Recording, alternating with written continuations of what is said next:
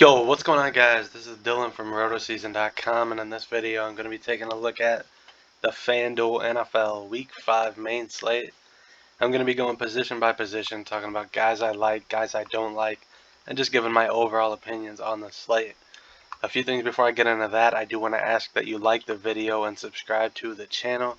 These things really do help me out a lot with YouTube rankings, and just trying to get these videos out to more people, so it is greatly appreciated if you would like and subscribe. And then I also want to mention ROTOSZN Premium.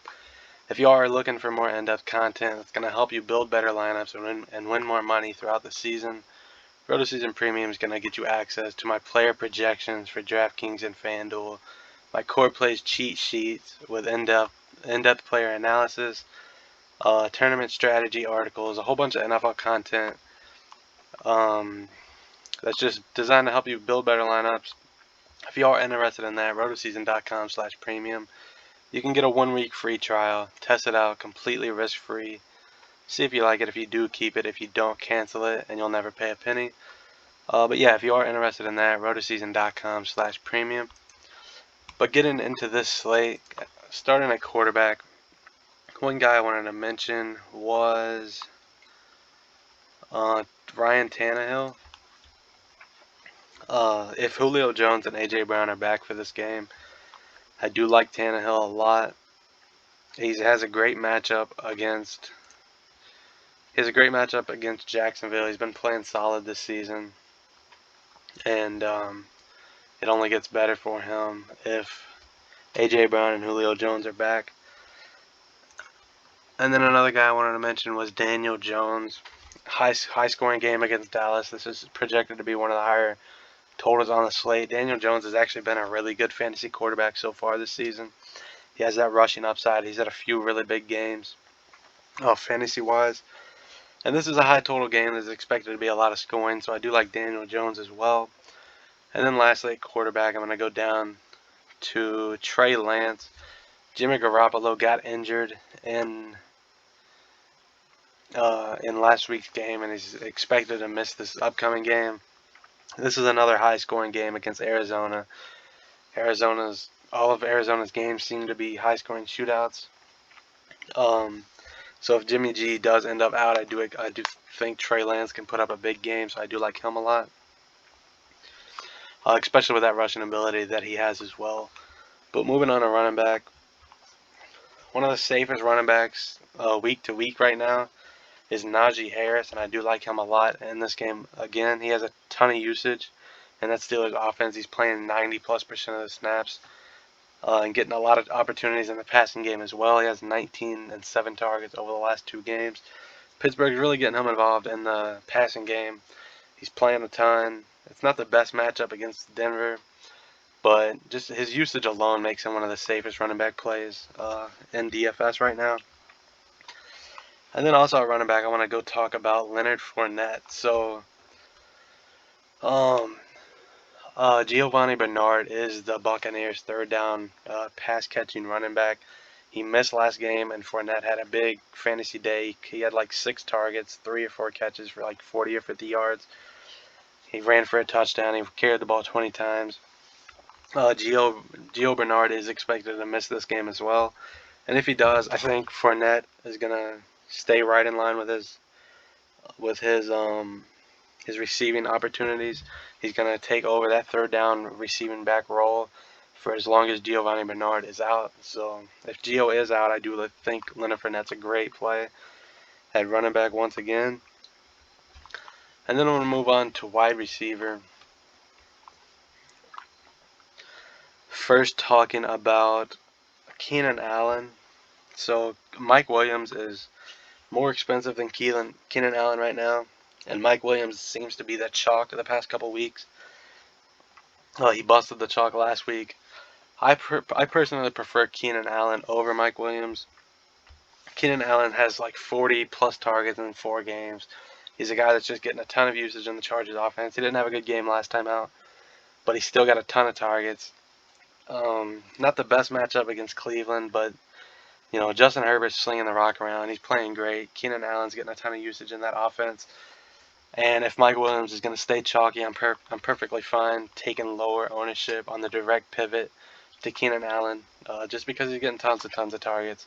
And I think long term, Keenan Allen is just going to be the better play at wide receiver over Mike Williams this season. So I do like him. And then Amari Cooper. Fanduel is laggy for me right now. But yeah, Amari Cooper is questionable right now. If he does end up sitting, Cedric Wilson is a value wide receiver that I do like, if I can find him. Sorry, Fanduel is really laggy for me right now. I don't know what's happening. I'll just use this. Alright, so Cedric Wilson, 5,200. I do like him as a value wide receiver. If Amari Cooper misses this game, he'll step up and have a lot more opportunity. Obviously, CeeDee Lamb is going to be the chalk play if Cooper is out. But yeah, Cedric Wilson will step up and also get a lot of opportunity if Cooper doesn't miss this game. So I do like him as a value wide receiver. And then same with Kenny Golladay.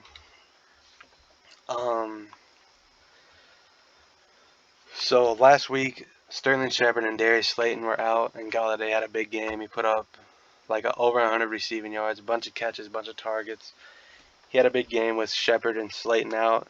Shepard and Slayton are also questionable in this game as well, so if they do miss, Kenny Golladay is going to be in line for a lot of opportunity and a lot of targets his way in this game. I've already mentioned Giants-Dallas is one of the higher totals on this slate. So I do like I like Kenny Golladay regardless if those two are out, but if at least one of them are out, I think he shoots up as one of the top plays on the slate, especially with this game script. It's going to be high scoring, a lot of passing. So I do like Kenny Golladay. And then I wanted to mention Randall Cobb. So with MVS out last week, Randall Cobb stepped in and he got a lot more opportunity in the Packers offense. He scored 2 touchdowns against the Steelers. Wouldn't necessarily expect 2 touchdowns again, but MVS is still on IR, obviously. And while he's out, while he's injured, Randall Cobb is going to be a bigger part of this Packers offense. He's still pretty cheap, so I do think Randall Cobb is still a great play if you're looking for a value wide receiver. And then moving on to tight end. First, I want to mention Zach Ertz. Zach Ertz is a guy who early in the season, Dallas Goedert was, what is happening, man? So Dallas Goedert, over the first couple of games of the season, was just the clear-cut #1 tight end in Philadelphia. Zach Ertz wasn't really getting any usage at all.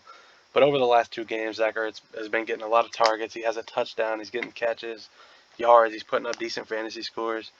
So Zach Ertz is slowly becoming a bigger part of this Eagles offense. And he's still pretty cheap.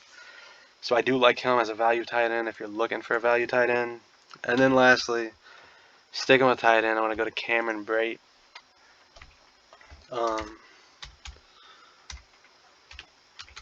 So Cameron Brate, with Rob Gronkowski still doubtful in this game, he stepped up last game with Gronk out. He had 6 targets. He only managed 2 catches and didn't really have any real. He didn't have a big fantasy day. But with Gronk expected to miss this game as well, Cameron Brate's going to be that #1 tight end role. For some reason, they just don't like O.J. Howard at all. Even with Gronk out last week, O.J. Howard only had like 1 target, maybe 1 catch or whatever.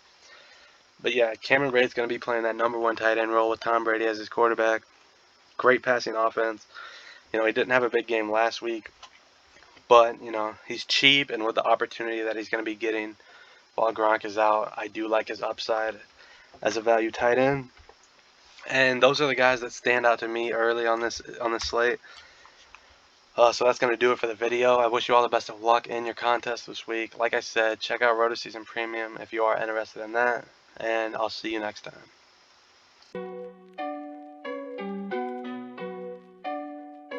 I'm a doctor. I'm here to help you.